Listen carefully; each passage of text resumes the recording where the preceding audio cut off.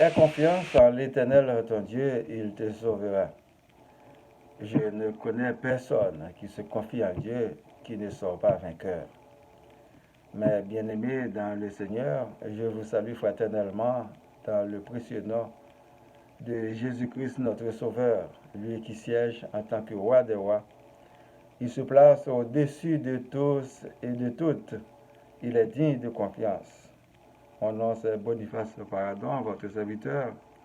Je vous souhaite du courage, surtout dans les moments extrêmement difficiles pour quelques-uns et peut-être de la réjouissance pour d'autres. Quelle que soit la circonstance, efforcez-vous de l'être pour l'amour de Dieu, car c'est lui qui a le dernier mot. Il est omniscient dans sa souveraineté. Qu'il lui plaise de toujours nous faire grâce, qu'il nous pardonne. Sur ce, je vous dis merci et bienvenue sur le web, chers internautes, à l'écoute et à la visualisation de cette nouvelle édition. Le titre d'aujourd'hui, c'est Garde ta confiance en l'Éternel et il te sauvera. Ésaïe chapitre 12 du verset 1 à 2. Tu diras en ce jour-là, je te loue, ô Éternel, car tu as été irrité contre moi. Ta colère s'est baissée et tu m'as consolé.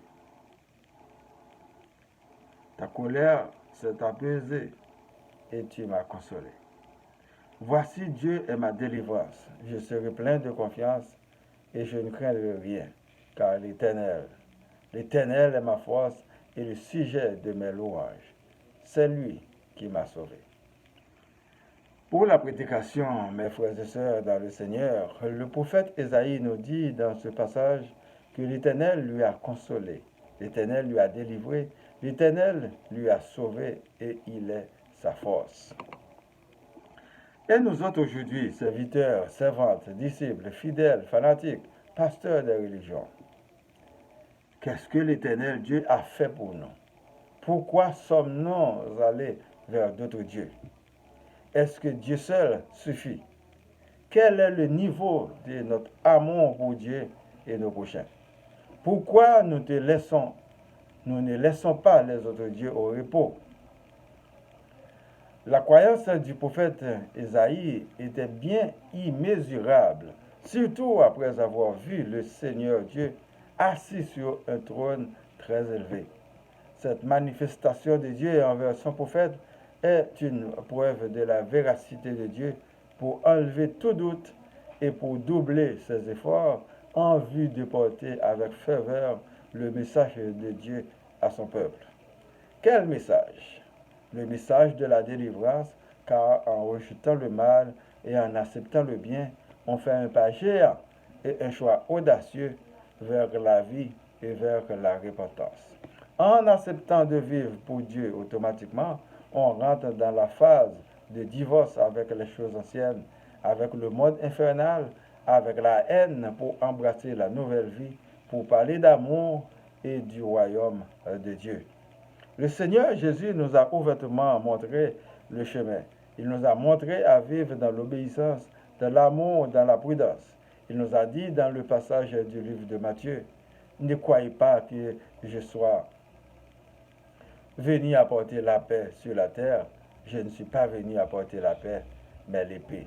Matthieu chapitre 10 du verset 34. L'épée, c'est pour se battre, pour se défendre. Un serviteur ou servante de Dieu, c'est celui ou celle qui se bat au quotidien jusqu'à la victoire finale. Matthieu chapitre 10 du verset 28. Ne craignez pas ceux qui tuent le corps et qui ne peuvent tuer l'âme. Craignez plutôt celui qui peut faire périr l'âme et le corps dans la géhenne.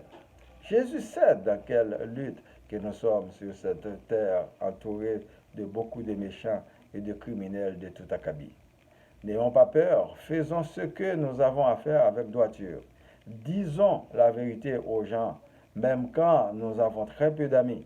Malheur aux insensés qui placent un museau dans leur bouche en s'enrichissant sur le dos du peuple de Dieu tout en exploitant leur extrême pauvreté. Avant, ce n'était jamais ainsi. C'est l'influence des religions sur les pays pauvres, les populations pauvres et peu scolarisées ou illettrées qui en sont la cause. Elles développent une tradition de maître esclaves, elle impose tout ce qui est bon pour eux au nom de Dieu. Le résultat est visible et concret. Une génération pauvre successivement et elles s'enrichissent successivement depuis jadis. Nous donnons et nous achetons des services qui ne sont vraiment pas nécessaires, sauf c'est très rentable pour eux. Dans certains pays, l'État est moribond. Pas de services de base à leur population, sauf que la corruption a gangréné toutes les sphères de la société, du premier citoyen au plus petit. Dieu demande seulement un cœur repenti.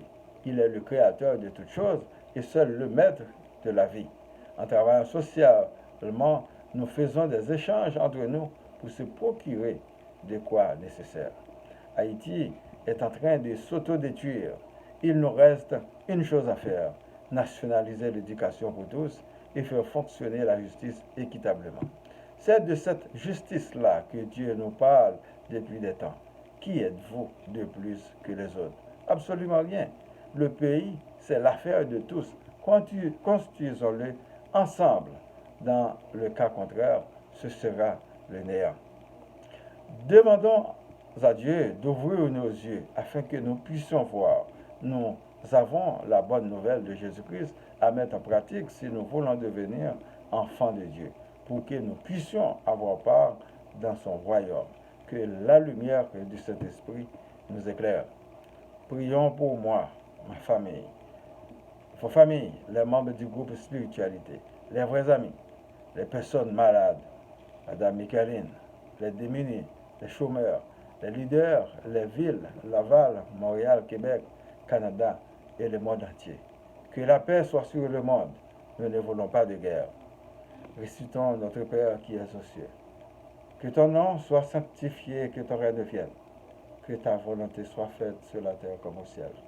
Donne-nous aujourd'hui notre pain de ce jour. Pardonne-nous nos offenses comme nous pardonnons aussi à ceux qui nous ont offensés. Et ne nous laisse pas entrer en tentation, mais délivre-nous du mal. Car c'est à toi qu'appartiennent le règne, la puissance et la gloire au siècle des siècles. Amen. Je vous souhaite de passer une bonne journée et une bonne semaine. Lisez et méditez toujours sur la parole de Dieu. C'est votre serviteur Boniface Paradon. Merci et à la prochaine. Au revoir.